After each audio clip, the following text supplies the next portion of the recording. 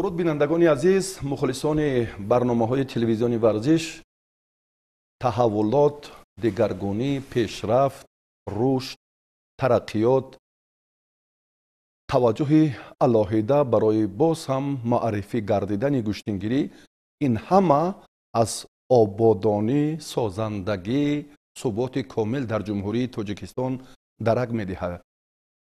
با ابتکار پیشوای معظم ملت گوشتین ملی ما جهانی شد و طرح لباس‌های ملی گوشتنگیری هم با دستور رئیس شهر دوشنبه و برنامه مکمل و میان چهره‌های ماندگار و کشورهای شایسته جهان اعتراف گردید.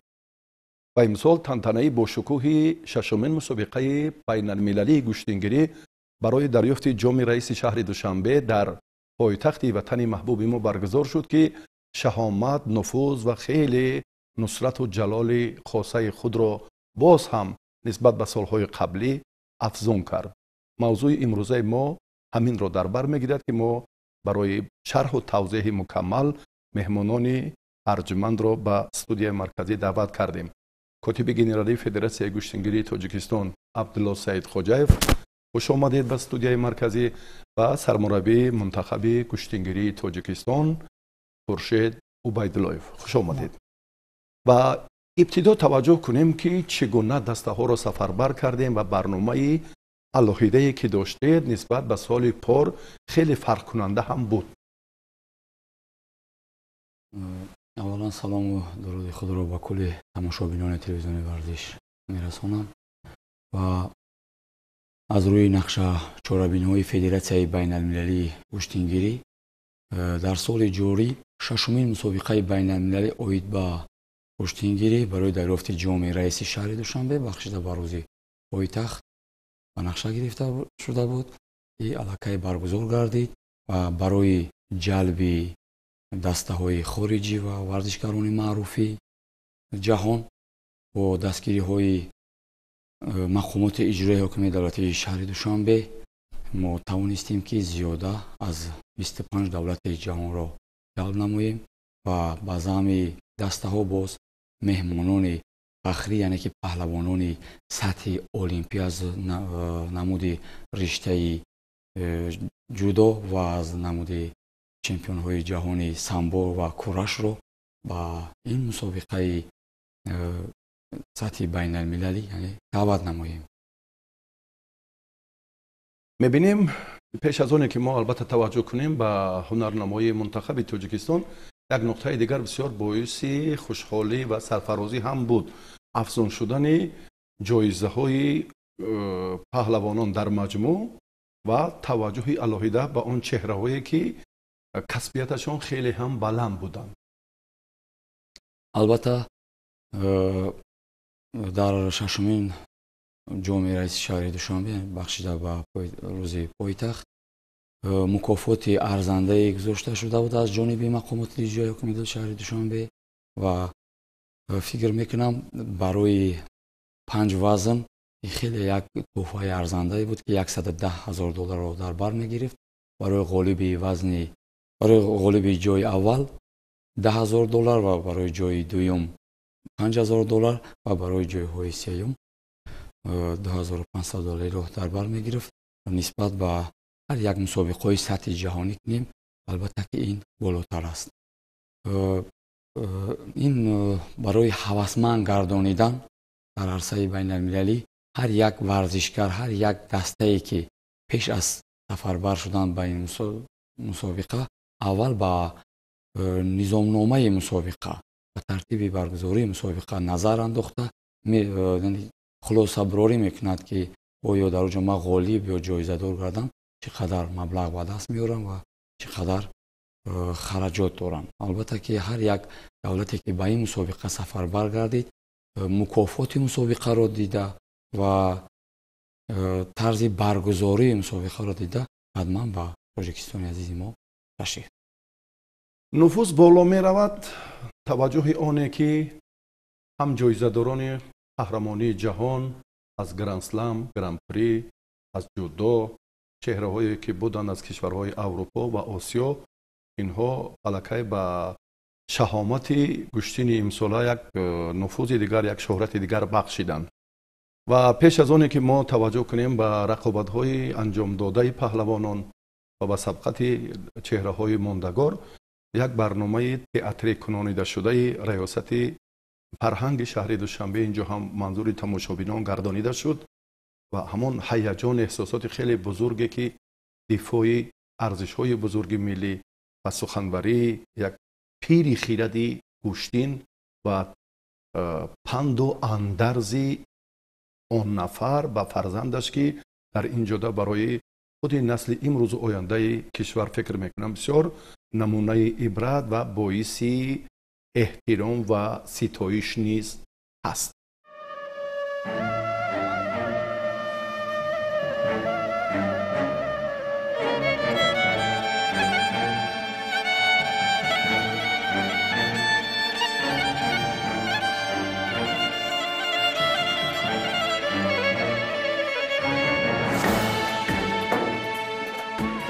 пайкору далериву шуҷоат аз расми диловаристу бошад.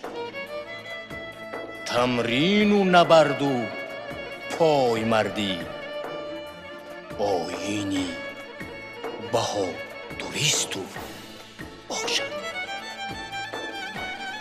писар гар паҳлавонзода бошад равост, ки бар паҳлавонон далерӣ сазост. фарзанди азиз, миллати тоҷик бо санъати меросии гӯштин дар ҷаҳони варзиш мақоми шоиста дорад. тамоми бандҳои хоси ин санъати меросӣ бозёфту آفریده‌ای نیاگانی سرفراز ماست.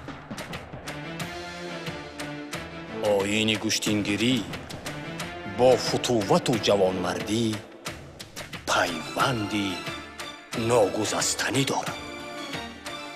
نبرد پهلوانی گوشتین همچون مظهر توانمندی جسمانی و روانی انسانی کامل در زندگی مردمان ما نقش بزرگی داشته و خواهد داشت.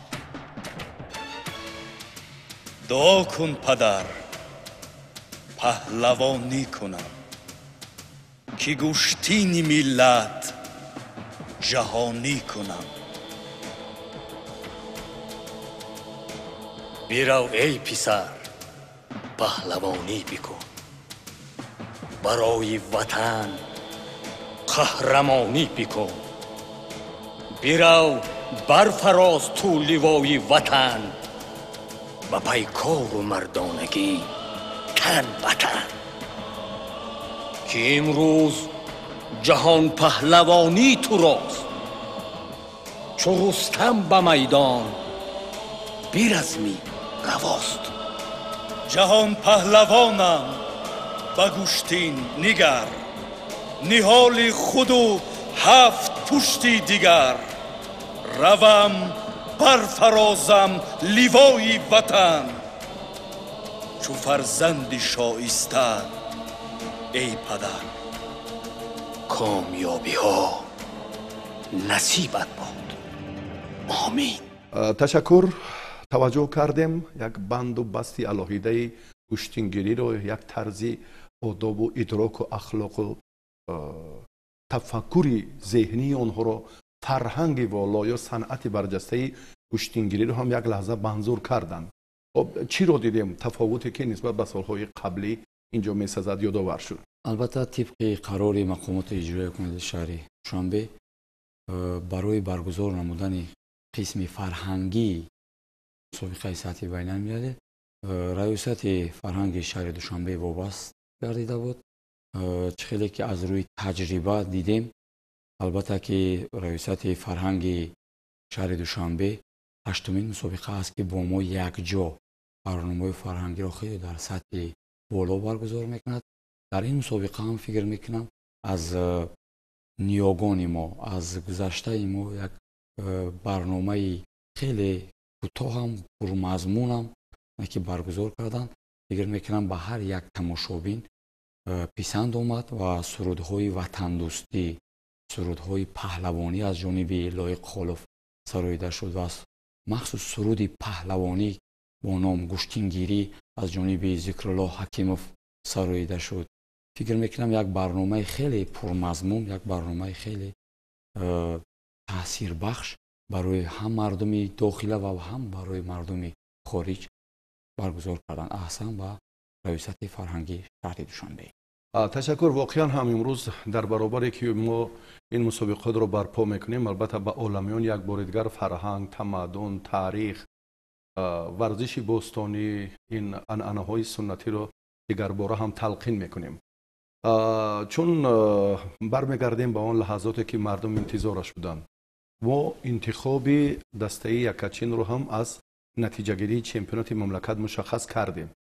аммо боз тақвияти кори мураббиён ва сармураббӣ дар ин самт чӣ дигаргуниро ба миён овард?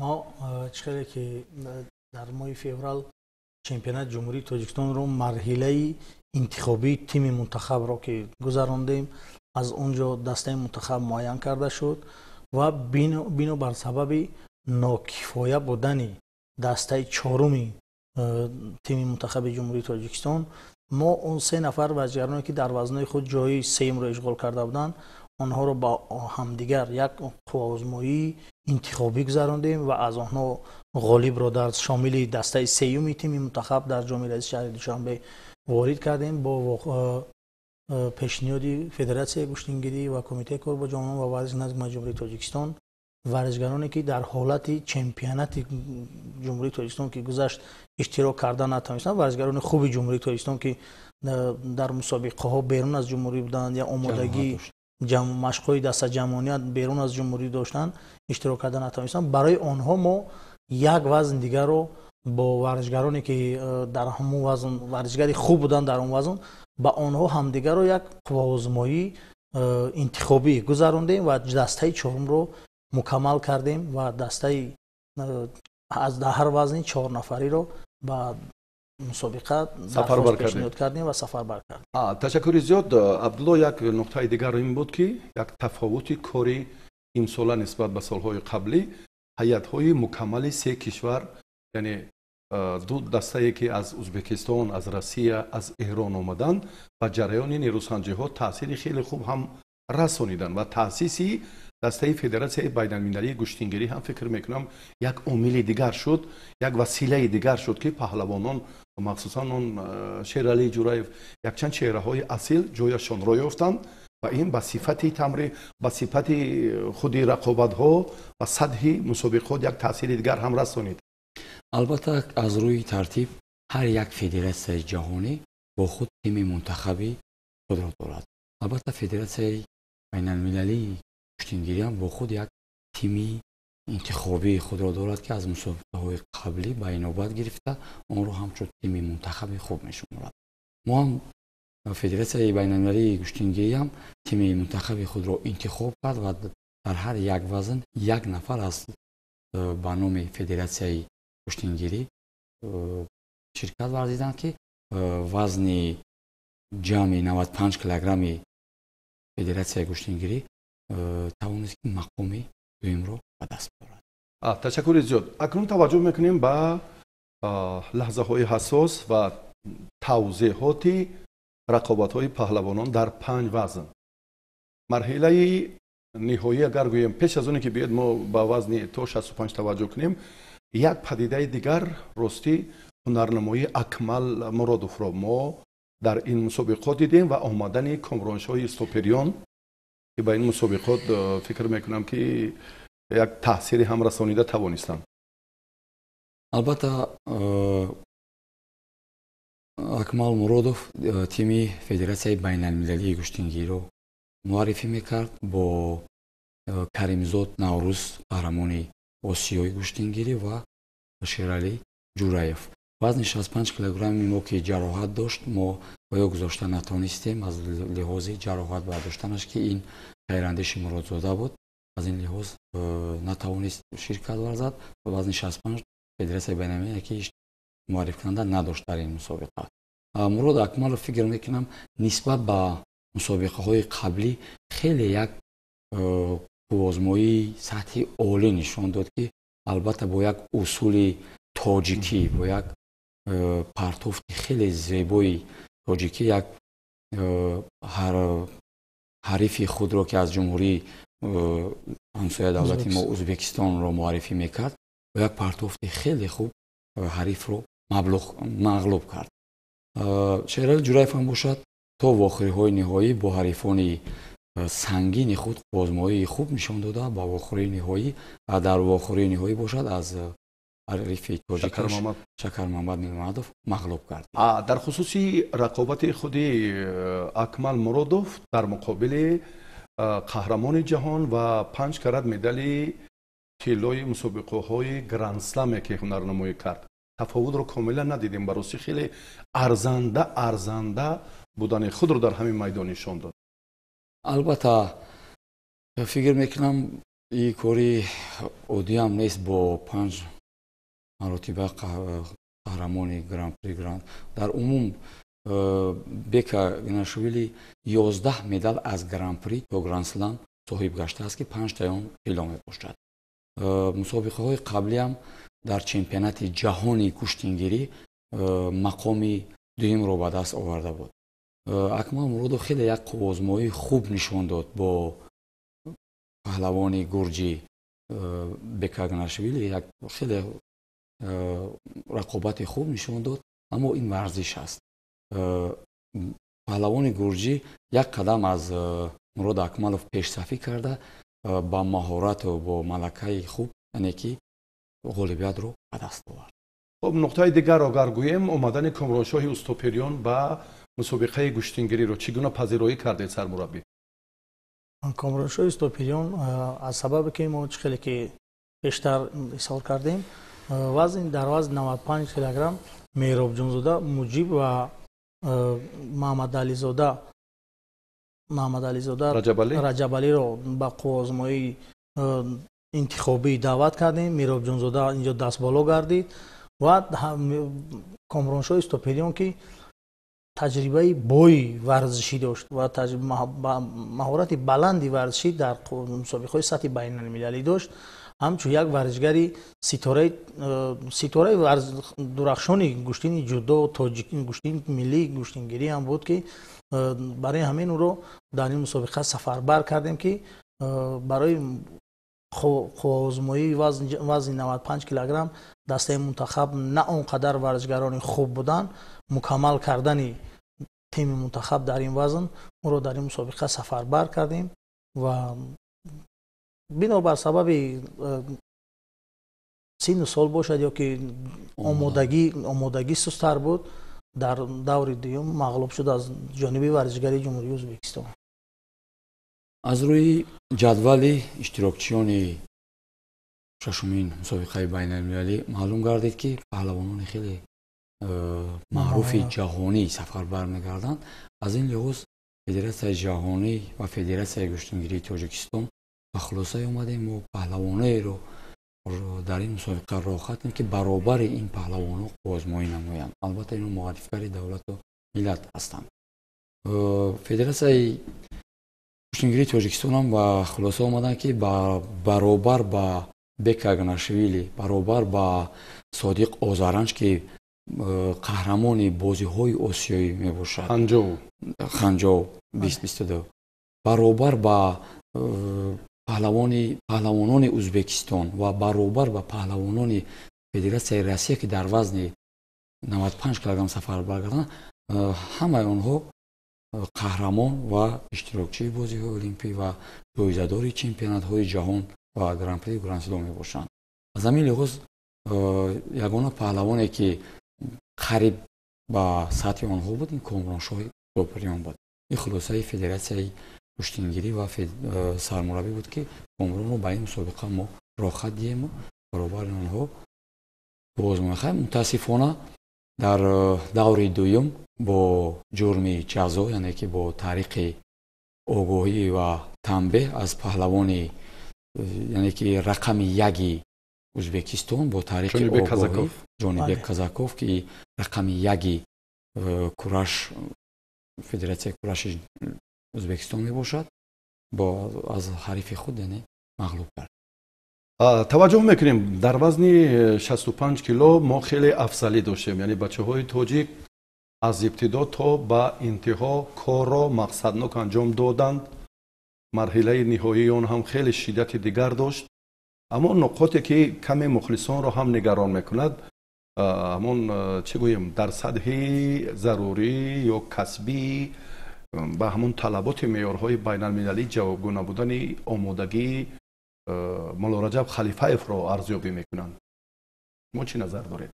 мулло Раҷаб Халифаев дар айёни чемпионати ҷумҳурии Тоҷикистон дар Федератсияи Россия қарор дошт ва баъдан ки бар мусобиқаи ба ин мусобиқа сафар баргардид дар ноҳияи Нуробод, ноҳияи Рашт, дар мусобиқаи майдонҳои Наврӯзӣ иштирок кард. мо ба онҳо суҳбат доштем. он як пеш аз ҳамин чорабинӣ як ҳолати беморӣ дошт, як муҳлати кӯтоҳ ки дар ҳамин ҳолат берун дур аз машқу тамрин монд. дар ҳамин ҳолат ва вазншам хеле боло рафт ва дар ин ҷо барои вазни изофаро кам кардан ӯ хеле ранҷу машаққат кашид ки бар ин вазн омода кард худро. бинобар ҳамин сабаб то барқарор шуд ки аллакай дар ҳолати мусобиқа натавонист ки барқарор шавад ва то барқарор шуд ки тавонист ки финалро ғолибиятро аз даст дод. ва дар хусусе ки Суҳроб Боқиёв афзалии ҳунари худро нишон дод, ин аз омода набудани худи мулло Раҷаб Халифаев дарак медиҳад ё Суҳроб худаш арзанда ҳам аст? Не, Суҳроб Боқиёв, ман бо Абдулло Саид Хоҷаев тӯли як моҳ пеш аз ин чорабинӣ бо Суҳроб Боқиёв тариқи телефон суҳбати телефонӣ доштем. ҳар рӯз саҳару бегоҳ омодагӣ медид ва дар ҳолати хуби тамринӣ, ҳолати формаи гӯштингирӣ қарор дошт ва ӯ ба мо ваъда дод ки ман омода ҳастам ва дар ин чорабинӣ ба сари баланд баромад менамоям ва ҳолати хуби варзишӣ қарор дорам. Сарвар Абдушукуров ки дар муқобили мулло Раҷаб ҳунарнамоӣ кард, ин ҳам афзалӣ ё баробарии ҳунари инҳо ҳам бори дигар нишон дода шуд. ва Муслимбек Каримов ки ҷои сеюмро гирифт, фикр мекунам ҷамъи натоиҷи мунтахаби Тоҷикистон дар вазни 65 килограмм аллакай як заминаҳои қавӣ ва як таваҷҷӯҳи алоҳидаи омодагиро як бори дигар нишон дод. Бале, дар ин вазн ҷои якум, дуюм ва сеюмро тими мунтахаби ҷумҳурии Тоҷикистон ба даст оварданд.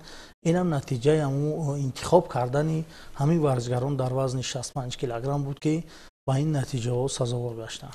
Нисбат ба дигар вазнҳое ки буданд, масалан ба истиснои вазни 78 килограмм, дар вазни 95 ва ҷамъи 95 килограмм нестанд ҳамон муддаиён ё арзандаҳое ки ба монанди ҳамин ғолибони вазни 65 кило нерӯсанҷӣ кунанд. ё интихоб дигар аст? Чӣ гуна? Албатта кӯшишҳои пешвои миллат, асосгузори сулҳу ваҳдати миллӣ муҳтарам Эмомалӣ Раҳмонам барои рушди гӯштини миллӣ, кӯшишҳои муҳтарам раиси шаҳри Душанбе, Федератсияи байналмилалӣ ва Федератсияи дохилии Ҷумҳурии Тоҷикистон ҳама барои рушди намуди аҷдодӣ ва намуди миллиамон мебошад. аз рӯи эътирозҳо фикр мекунам барои рушди гӯштингирӣ вазни 65 хеле як таъсири мусбӣ расонид ки ба мо зиёда аз 10 давлат эътироз кард ки оё гӯштин танҳо барои худтон бошад. хатиам бар мо баромаданд ва шифоиам ки фикр мекунам барои рушди гӯштини мо албатта ин хуб нест ки дар 4 ғолиб ва ҷоизадоро ҳама Тоҷикистон соҳиб гардид. ира иштибоҳ ҳам гуфта наметонем, пешниҳоди камтар иштибоҳанам наметонем ки бояд мо 4 нафар дар неки зергурӯҳҳо намегузоштем. 4 нафар иштирок мекард, но пеш аз вохирёни ниҳоӣ бояд бо ҳам вомехӯрданд. аз ҳамин лиҳоз барои рушди гӯштини мо таъсири мусбӣ расонид ғолиб ва ҷоизадорони вазни 65 килограмм. Фикр мекунам дуташ хориҷӣ мешид, хубтар буд. эътироз кам мешид. ҳавасмандии варзишгарони хориҷа баъз ин намуд ба ин намуди гӯштини мо бо хеле зиёдтар вай мешуд ки дар ин 4 медал ҳама дар ҷумҳурии Тоҷикистон воқеъ. мо соҳибнамуд ҳастем. албатта агар дар оянда гӯштини миллиро рушд хоҳем, چی قدر زیاد هوسمند گردانه مردم خارجی رو. امکانیت نبود که همین برنامه الهیده که پیشنهاد کردید عملیش میکردید. امکانیت بود بین اینها رو. امکانیت بود اما یعنی که قرعه کشی میگیم، قرعه کشی با طریق کامپیوتری میشود. وقتی که طریق کامپیوتری قرعه کشی شد، ما از دست ما هیچ کردن به خاطری که او را در بین دولت‌های خارجی قرعه کشی میشود. ما هیچ کار نمیتونیم که تاجیک با تاجیک دست اول یا دست دوم و دست سوم حتما بر 4 گروه یعنی که جدا کرده میشود. من فکر میکنم جای نگرانی نیست. ما قدرت و توان بزرگی میدانداری و نیروسنجی و موفقیت ها رو در همین وزن داریم. چرا که اینها رو باید پشت پرده گذاریم؟ اون چیزی که عدالت کامل است بگذار باشه. مقصد سر رشد می رود. دولت های خارجی این نمود همچون نمودی نو یک نمودی ورزشی نو اعتراف کردیده قبول کرده. اما دومی که ما 4 نفر رو در هر یک وزن پیشنهاد کردیم در هیئت منتخب تاجیکستان، خواه نخواه اینها بهترین هایی هستند که باید شامل میشدن. فکر میکنم از لحاظ رشد برای خارجی ها قدر پسند نیامد، به خاطری که هم جای اول و هم جای دوم و 2 جای سوم نصیب دسته تاجیکستان گردید. تشکر. سلامت باشید. ما توجه میکنیم به نتیجه سبقت های پهلوانان وزنشان تا 78 کیلوگرم. این هم خیلی هنگامه ها رو به میان آورد. خورشید خیلی سبقت های اگر گویم تاریخی و مشکل و عبرت بخش هم بودن، گویم اشتباه نمیکنیم. نوروز کریمزاد، رحمت الله فرهادوف، چندین چهره های نمایان با مرحله های اساسی راه نیفتند. بنابر سبب ورزشگر جمهوری ازبکستان خیلی ورزشگر پرتجربه است و در گوشتین کورش جمهوری ازبکستان رقم 1 در وزن 81 کیلوگرمی گوشتین کورش جمهوری ازبکستان است. بله. قهرمان بازی‌های آسیایی، قهرمان چمپیونات جهان با کورش است و ورزشگر خوب جمهوری ازبکستان در این وزن است. ورزشگر جمهوری اسلامی ایران هم در این وزن ورزشگر خوب. ورزشگران ما هم خوب بودن، لیکن در اینجا در روبروی با از خودشان خوبتر قرار گرفتن، نتوانستن که غالبیت به دست بیارن. پهلوان قزاقستان هم چمپیون جهان بود. بهترین هایی که در همین وزن بود. این در این وزن از ایران، از قزاقستان، از ازبکستان، از فدراسیون روسیه هم بلوچستان، مولداوا هم پهلوانشون. مولداوا هم پهلوان خوبی. بله. که در رقابت های روبروی کورش هم اگر اشتباه نکنم 2 سال پیش آمده بود. بله، قهرمان جهان میباشد. تجربه خوب. و پهلوان بلاروسی هم پهلوان شناخته 2 مرتبه قهرمان خود بلاروسیه و بین جوانان قهرمان اروپا بود. یک جهت فرق کننده مسابقه امسال همین بود که البته نسبت درجه بین المللی زیاد بودن. جایزه داران بله. از قهرمانی جهان. ولی در این مسابقه ورزشگرانی بگیم سطح کسبی، ورزشگرانی که پر مهارت در ساحه گوشتینگیری بودن، گوشتینگیری و کورش بودن و زودو هم گوشتین زودو هم در این وزن سفربر شدن. فرقیت این نسبت به دیگر مسابقه این 6 مسابقه جام رئیس شهر دوشنبه، فرقیت نسبت به آنها هم که ورزشگرانی سطح کسبیتشون بلند در این مسابقه سفربر کرده شدن و چخیلی که با همگان معلومات چخیلی که شما قید کردید، فرهاد رحمت الله بیگ، نوروز کریمزاد در روبروی اونها ایستادگی کردن توانستن. ابوبکر باقی و ایستادگی کردن نتوانستن که با نیمه نهایی رفت. ابوبکر جای سوم گرفت. جای سوم رو اشغال کرد. و ناکامی امید احسان افراد شما چگونه از کدام لحاظ ضعیفی داشت یا جهتی ناکامی امید که حسنов براش؟ با ورزشگری معروف جمهوری تاجیکستان نجمی محمدشریف در قوازمایی پیش از واخوری با واخوری نهایی اون رو خوب درک کرد و آموخت در حالت گوشتنگیری که امید حسنov با دست راست از جانب بالا بله. میگرفت کار میکرد. وسیله اساسی حرکتی او از جانب دست راست از جانب بالا حالت قپش دست داشت. نجمیدین محمدشریف همون دست رو امکان نداد، نگذاشت که انمون مقصدی که داشت با اون مقصد از بالا قپد و اصول خود رو اجرا کند اجازه نداد و نگذاشت که همون اصول خود رو اجرا کند با مقصدش برسد، نگذاشت. و فکر میکنم محمدشریف امسال بسیار حالت آمادگی جسمانیش خوب.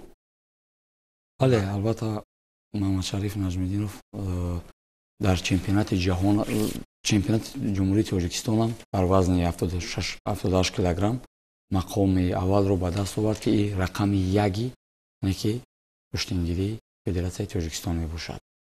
باز هم این در مسابقه کورش هم در چمپیونات کورش هم یک خیلی آزمایی خوب نشان داد. در مسابقه پنجاکینت هم عموما در سال جاری محمدشریف نجمیدینov در یک حالت خوبی ورزشی قرار دارد و امید حسنov باشد این پهلوان شناخته جهان کورش است. البته رقم یکی جمهوری ازبکستان و نمودی کورش می باشد. برتری محمدشریف نجمیدینov همین است که محمدشریف نجمیدینov تو 5 دقیقه آخر و مثل دقیقه اول حرکت میکند. البته این حالت آمادگی نجمیدین محمدشریف رو نشون میداد. در پرتفت محمدشریف نجمیدینov تا آخری وقتی قوازمایی 26 ثانیه باقی مونده بود، یعنی که در 4 دقیقه و در 34 ثانیه پرتفت محمدشریف نکی اجرا. احرار زیادلویف، ابوبکر باقیو برندگان مدال های برنجی شدند. اینجا یک تاجیک و یک ازبک به فینال رفتن و یک تاجیک و یک ازبک دیگر جای سوم رو گرفتن. یعنی همسایه کشورها نسبت به دولت‌های دیگر در همین وزن نمایان و نمونه هم بودند. بله. بهترین ها در این وزن سازوار جای یکم، دوم و سوم گردند که در این وزن زیاده از 10 نفر استادان ورزش درجه بین المللی و استادان ورزشی جمهوری تاجیکستان و اون دولت‌های سفربر کرده شدن نه کمتر از استاد ورزش درجه بین المللی و استاد ورزشی بودند. درست. درجه تخصص موقع پهلوانان در کشورهای خویش خیلی بالا بود. این بسیار مهمیتی کاری ما را یک بار دیگر نشان می‌دهد. هر قدر که نیروسنجی‌هایی که برگزار می‌گردند از همون حضور استادان برجسته دارای کسبیت بلند وابستگی بیشتر هم دارد. ما در سفره ظفر این چهره‌ها را یک بار دیگر دیدیم. یک هوسمندی، دلگرمی این نفران رو هم مقامات اجرایی حاکمیت دولتی شهر دوشنبه و فدراسیون گشتیگیری جمهوری تاجیکستان که واقعا با افرادی که امروز در سفره ظفر بودند $10,000 آمریکایی بزینه اول، 5,000 به مقام دوم و $2,500 بزینه های سوم قدردانی گردیدند که این الکی این شماره اگر گویم که این هوسمندگردانی نسبت و مسابقات گران پری و گران اسلام هم اندکی افضلی داشت. بله. توجه میکنیم به وزن دیگر، وزن 95 کیلوگرم. راستی از اولوغبک و از اسرائیل و رحیموف ها رو در نظر دارم. اون چارگانه که هم کامرانشاه و بعدا پهلوانی کلوب ورزشی زرافشان خیلی مخلصان نگرانی کردند. شما چی؟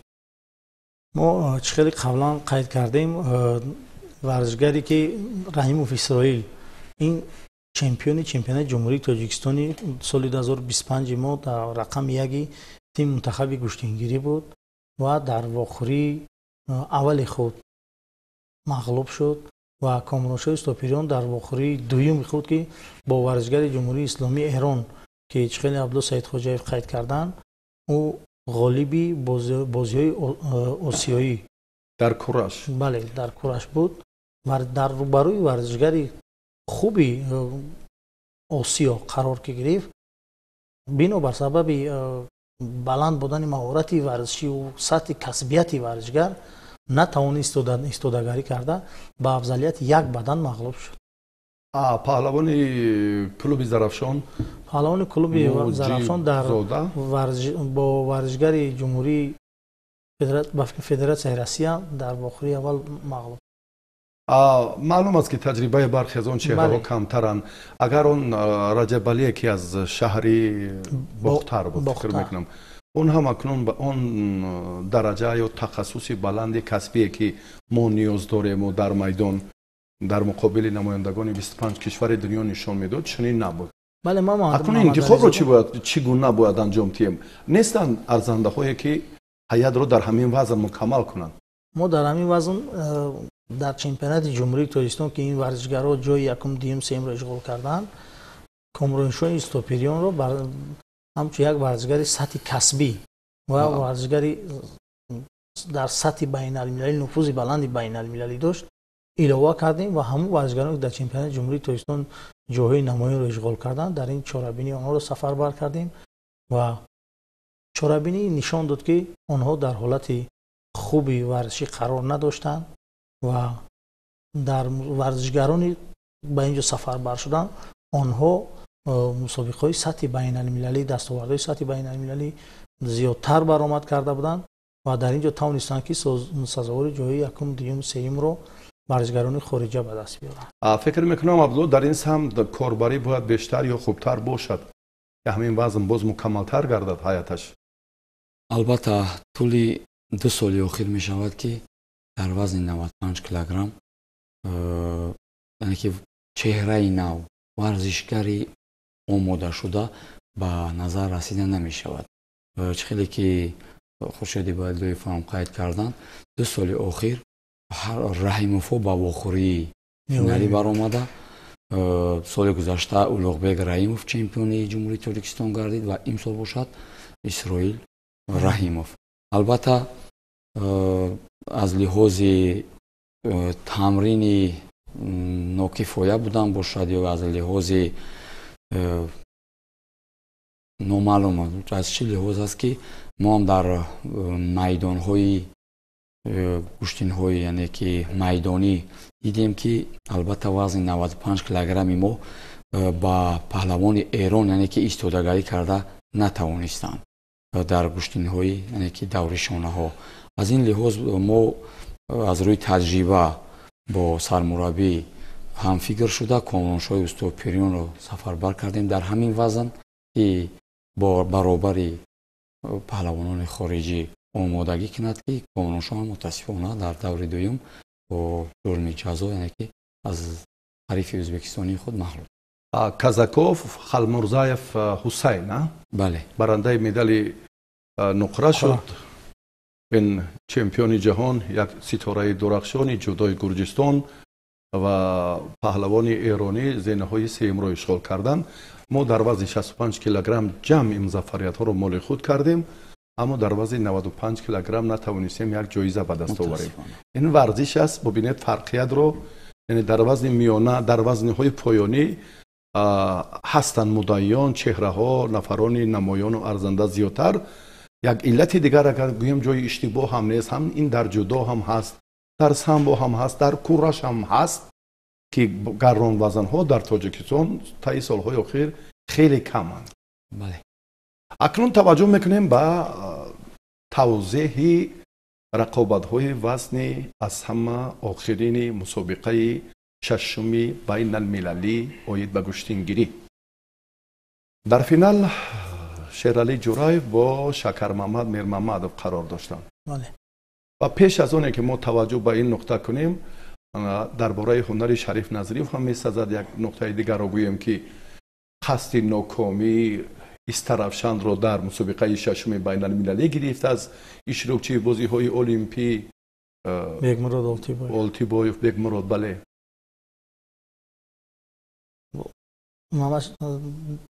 Шарифҷон Назириев дар ин мусобиқа дар бозмои даври дуюм бо варзишгари ҷумҳурии Ӯзбекистон вохӯрд ва он мағлубияте ки дар шаҳри Истарафшан дошт аз ҷониби Олтибоев, онро امروز برابر کرد با ورزشگری جمهوری ازبکستان در این چهاربینی و در واخری نیم نهایی با ورزشگری جمهوری تاجیکستان شکرمند میرمحمدov راه یافت و در واقع نیم نهایی هم ناکام شد.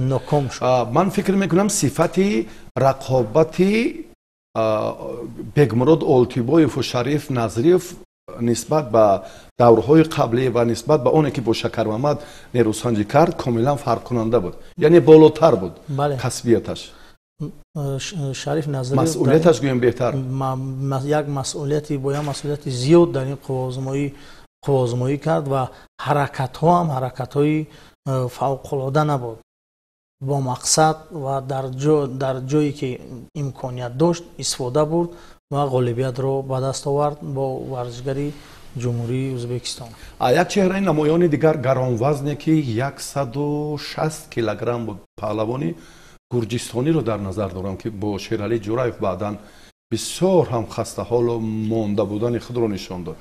البته زالашвили گلا یکی از پهلوان‌های معروفی جهانی جودو میباشد و همه معلوم است که زالашвили چند کرات قهرمان خود گرجستان میباشد در وزن گران و داروی مدال های گران پری گرانسلم و جایزه‌دار جهان هم البته که میباشد. فکر میکنم از جهت آمادگی ورزشی آماده نبود در این آزمایی و حریف زالашвили گیلم فکر میکنم حریف عادی که نبود، تصادفی نبود.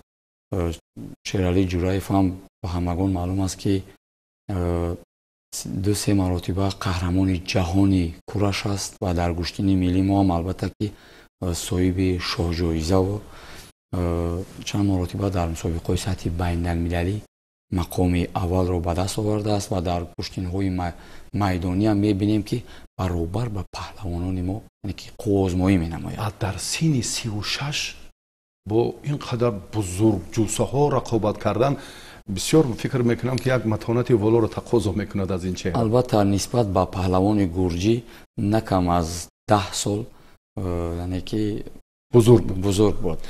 بجز این به توجه کنیم که شکرمحمد این راه را چگونه طی کرد و شیرعلی جورایف این راه را چگونه طی کرد و به هم اومدن در فینال. یعنی راهی طی کرده این مرد 36 ساله اندکی وزنین تر بوده.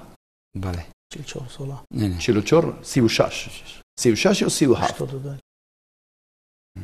35 قدم به 36 می‌نهد. من در استرافشان با اون کس علاوه صحبت داشتم در همین مورد و ببینید که با نقطه آخرین رفت غالب معلوم نشد، کار به وقت اضافه شد.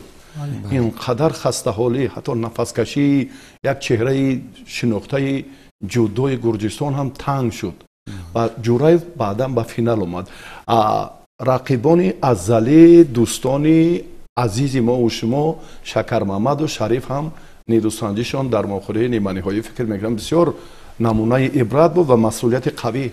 عبدالله بله شریف جون نظریف هم در یک حالت خوبی ورزشی قرار داشت با خود از روی مسابقه قبلی معلوم گردید که 5 دقیقه اینه که ایستادگی کرد تا باورده توانست نسبت به گوشتین هیچ طرف شد. بله خیلی که ما میدونستیم قبلا در واخری نهایی برای شاهجایزه در استراوشان از اولتیبایف شکست خورد و در اینجا باشد 5 دقیقه یعنی که در مسابقه استراوشان 3 دقیقه آماده ایستادگی کرد برای در قطاری یعنی که اولتیبایف و در این مسابقه باشد 5 دقیقه یعنی که آزمایی خوب کرده با جرم 2 پهلو یعنی که حریف خود را مغلوب کرد و واخری نیمه نهایی سفر برگردید و در واخری نیمه نهایی از پهلوان کشوری خود یعنی که شکرمحمد میرمحمدov مغلوب. از صفت امتیازها فکر میکنم چندان بالا هم نبود. بله. در مرحله نیمه نهایی بله با برتری فکر میکنم بدن یک بدن با شکرمحمد یعنی که غالب برآمد. نتیجه که شکرمحمد در فینال به دست آورد فکر میکنم اون هم اندک افضلی هنرش جرمی یعنی که تنبه آگاهی تنبه به دست آورد که ترتیب همین است. و بسیاری ها میگویند که گران وزن ها وقتی نیروسنجیشان خیلی طولانی است، یعنی سالهای دراز گوشتین میگیرن. аз мо амин иллат рости бисёр ба чашм мерасад. аллакай 31 солаҳои мо дигар дар гаронвазнҳо гӯштӣ намегиранд. чаро Шералӣ Ҷураев дар синни 36 бинед ки бо он таҳамтанҳое гӯштин гирифт ки албатта дар ҷои аввал шароит, яъне ки шароити тамрин, шароити иқтисодӣ, варзишгар, шароити хонаводагӣ, яъне агар дар сатҳи хуб бошад, паҳлавон метавонад ки тамрини худро яъне ки давом диҳад ва яъне ки дар як рӯз то 2 маротиба на кам аз 4 то 5 соат яъне ки тамрин намояд. албатта фикр мекунам паҳлавони ҷумҳурии Ӯзбекистон новобаста аз синни сол тамринҳои худро ва витаминизатсия, яъне ки витаминкунониро хуб яъне ки ба ҷо мегузорад, ки баробари аз худ яъне 10 сол хурдоқати озмоӣ менамояд. таҳлилҳо нишон доданд ки мо дар кадом нуқта афзалӣ дорем, дар кадом самт кори мо заифтар аст ва чӣ хулосагирӣ кардем акнун, чӣ мушкилот мавҷуд буд то ин муддате ки мо барои бартараф кардани он бояд камари ҳиммат бандем. албатта ҳама пешравиҳо, ҳама медалҳо, ҳама яъне ки парафшонии парчам, ин ҳама аз тинҷӣ, аз сулҳу субот, аз истиқлолият мебошад. дуюм аз мустаҳкам намудани тими мунтахаб.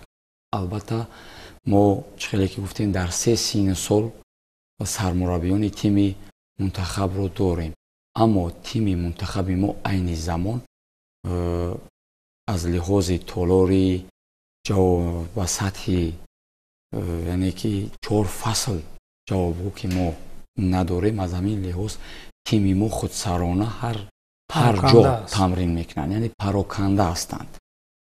Шариф Назиев дар шаҳри Кӯлоб тамрин мекунад, Шакармамад Мемамадов дар Хорух тамрин мекунад, Комроншоҳ ё Меҳроб Ҷонзода дар ноҳияи Ҷабор. аз лиҳози парешон будани тими мунтахаб камтар ҳолиам норасоиҳо аз ҷиҳази техникию тактикӣ фикр мекунам дар тими мунтахаби мо дида мешавад. албатта ба рӯзҳои наздик ин яъне ки ҳолатҳо бартараф мешавад ва тими мунтахаби мо албатта як фикр мекунам ба ҷои 4 нафар гузоштан дар як мусобиқа 1 нафар гузорем, хуб гузорем. албатта як марди ҷангӣ бе аз 10,000 пароканда лашкар наояд ба кор, 200 марди ҷангӣ бе аз 100,000 ба мисли ҷудокорони шаҳри ҷопон 1 нафар хуб гузорем, бигзор 3 медали дигар барои ҳавасмандӣ ва барои рушди ин намуди аҷдодимон дар сайи байналмилалӣ хеле як пешравии хуб мешавад. медали тируша ки мо ба даст биёрем, нуқраву биринҷӣ бигзор ба мардуми хориҷ равад ки ин намуди мо рушд ёбад, ҳавасмандии онҳо бештар шавад. василаи хуб, чӣ афзалӣ, чӣ бартарият дидем дар мусобиқаи шашуми куштингирӣ ки нуфузи байналмилалӣ дошт барои дарёфти ҷоми раиси шаҳри Душанбе? албатта афзалии якумаш ҳамин аст ки мо 3 медали тилло ба даст овардем. ростӣ бо аз хулосаи сармураббӣ, аз хулосаи пеш аз оғози рақобатҳо, пеш аз оғози дархост пешниҳод кардан шубҳаҳо зиёд буданд, шубҳаҳо зиёд буданд ва боварӣ надоштем ки дар байни ин қадар паҳлавонони маъруфи ҷаҳон мо 3 медали тилло ба даст биёрем. албатта мо фикр мекунем 1 вазн ё 2 вазн мумкин ба даст биёрем ва боқиро аз даст медиҳем. тавонистанд тими мунтахаби мо 3 медали тилло ба даст овардан. ирам гуфта метавонем ки нисбат ба давлатҳои хориҷӣ мо на он қадар хуб баромад кардем, ба хотире ки тимҳои хориҷӣ ҳама 1 тим доштанд, аммо Тоҷикистон 4 тим дошт. агар мо дар 4 тим 3 медал ба даст намеовардем, хеле барои мо ки хуб набуд. дақиқ хулосагирӣ ана ҳамин аст. 4 тим сафарбар шуд, 4 тим сафарбар гардид. тими IGF мегем тими федератсияи байналмилалии куштингирам 2 нафараш яъне ки тоҷик буд, нафари сеюмаш паҳлавони ӯзбекистонӣ буд. албатта фикр мекунам тими мунтахабро хуб кардан, 1 тим ё 2 тим гузорем, тими омода яъне ки муаррификунанда гузорем. ва нуқоти асосӣ ин аст ки раиси маҷлиси миллии маҷлиси олии ҷумҳурии тоҷикистон, раиси шаҳри душанбе муҳтарам Рустами Эмомалӣ таваҷҷӯҳи алоҳидаи рушди варзиши бостонии моро дар мадди назари аввал гузоштанд. бале, яъне бинед ки нисбати солҳои дигар ҳам ҳавасмандгардонӣ, ҷамъи мукофоти ҷоизавӣ, будубоши худи варзишгарон бисёр чӣ гӯем, ҳам сифат, сатҳ, касбият, нуфуз, мавқеъ ҳам аз варзишгарон ва ҳам аз мураббиён ба инобат гирифта шуд. яъне инҷо ҳам даъват ба амал оварда шуд аз ҷониби мақомоти иҷроияи ҳокимияти давлатии шаҳри Душанбе дар ҳамкории зич бо Федератсияи байналмилалии куштингирӣ ки имсол ба сатҳу сифат ва нуфузи варзишгарон албатта эътибор диҳем. ин як таъсири манфӣ, умуман ин як таъсири мусбати худро дар раванди муборизаҳо хеле хуб расонид. ман бовар дорам ки бо ин азму иродаи қавӣ раиси шаҳри Душанбе ин мусобиқа бо шӯҳрати алоҳидаи худро касб мекунад ва бо ибтикори пешвои муаззами миллат ки куштингириро ҷаҳонӣ карданд ва дар паёми охиринашон ҳам дигарбора таъкид карданд ки мо бояд муаррифӣ ва таблиғи мақсадноки куштини миллии аҷдодии худро дар дохил ва хориҷи кишвар боз ҳам бештар кунем. агар дар фарҷом ягон нуқоти дигар ягон сухани изофа дошта бошед, фурсат доред. албатта мо миннатдории Федератсияи куштингирии Тоҷикистонро, миннатдории Федератсияи байналмилалии куштингиро ва пешвои муаззами миллат, асосгузори соли ваҳдати миллӣ ва бо муҳтарам раиси шаҳри Душанбе расониданем барои як пешниҳоди арзандае ба шӯрои олимпии осиёӣ ки ин намуди аҷдодии тоҷикон ба барномаи бозиҳои осиёӣ ворид карда шавад, ки ин фикр мекунам як мусобиқаи қитъавиро дар бар мегирад ки рӯйдоди таърихӣ ҳам ҳаст. албатта аввалин қадаме ки барои рушди ин намуд дар арсаи байналмилалӣ фикр мекунам ин мусобиқаҳои қитъавӣ ҳастанд ки албатта бозиҳои осиёӣ мебошад ва агар ки мо ба бозиҳои осиёӣ ворид шавем, дигар худи давлатҳо сайру кӯшиш мекунанд ки дар ин мусобиқа, дар мусобиқаҳои куштингирӣ дар кадом давлати осиёӣ ки баргузор мегардад, албатта омада аз пеши худ яъне ки ширкат меварзанд. албатта имрӯз барои Федератсияи куштингирӣ ҳам хеле душвор аст ба ҳар як иштирокчӣ роҳгиров додан ҷои хоб, хӯрок ва тӯҳфа, сару либос ҳама аз ҷониби Федератсияи куштингирӣ ва бо дастгириҳои ҳамешагии муҳтарам раиси шаҳри Душанбе аст ки 63 кишвари ҷаҳон аллакай Федератсияи куштингиро ҳамчун федератсия таъсис дода ва мешиносад, яъне ки варзишгар сафарбар менамояд. аз сармураббиён, аз мураббиён хоҳиш менамоем ки варзишгарони худро омода намоянд ва барои рушди ин намуди куштини миллӣ аз ҷониби муҳтарам раиси шаҳри Душанбе либоси ягонаи ба номи яктаки куштингирӣ таъсис дода шудааст ки ира ҳар як фарди тоҷик бояд ба инобат бигирад дар мусобиқаҳои майдонӣ, чӣ дар даври шонаҳо, чӣ дар мусобиқаҳои дохили торолӣ, ҳатман бо сару либоси ягонаи ин намуди миллӣ бояд мо мусобиқаҳо баргузор намоем. мо дар мусобиқаҳои сатҳи майдонӣ мебинем ки варзишгарони хориҷӣ бо либоси миллии мо, яъне ки қуввозмоӣ меонанд, ва варзишгарони худи тоҷики мо бо либосҳои бегона, яъне ки бо самбо, бо кураш, бо зудо, бо либосҳои карате баромада қуввозмоӣ меонанд ки дар сомонаҳо ҳар як гувозмоиҳо, яъне ки рушд дода мешавад, фикр мекунам мардуми хориҷа инро намедонанд ки ин гӯштини самбо аст ё зудо аст. яъне ки бо либоси бегона вақте ки мо баромад мекунем, намуди мо шинохта намегардад. аз тамоми масъулини соҳаи варзиш хоҳиш мекунам инро ба инобат гиранд, мин баъд мусобиқаҳо бо сару либоси ҷудо намуда, яъне ки интихоб намудаи муҳтарам раис шаҳри Душанбе ки барои ин рушди намуди аҷдодии мо яъне ки интихоб гардааст, бо ҳамин сару либос гувозмоӣ намоянд. ташаккури зиёд, саломат бошед. итминон дорем ки албатта ин ҷузъиётҳое ки ҳастанд бартараф мегарданд. мо барои баргузории аввалин қаҳрамонии Осиё берун аз Тоҷикистон, яъне дуюмин чемпионати Осиё, боз барномаҳои алоҳидаи омодагӣ дорем ки ин саҳафот ҳам як рӯйдоди нав дар таърихи варзиши меҳан хоҳад шуд. ҳоло барномаҳои алоҳида чун гуфтем, омодагии дастаҳои мунтахаб, интихоби онҳо ҳам беҳтар ва боз ҳам устувортар мешавад. барои суҳбати самимӣ ва барои як тавзеҳоти дурусту мушаххас ба шумо арзи ташаккур мекунем ки даъвати моро пазируфтед. саломат бошед. ва дӯстони азиз, албатта мо дар ҳамкорӣ, ҳамоҳангӣ, таблиғи бештари гӯштингирӣ метавонем ки он ҷузъиётҳо, мушкилоти мавҷударо бартараф кунем ва ҷиҳати беҳбудии кор боз қадамҳои устувор ниҳем.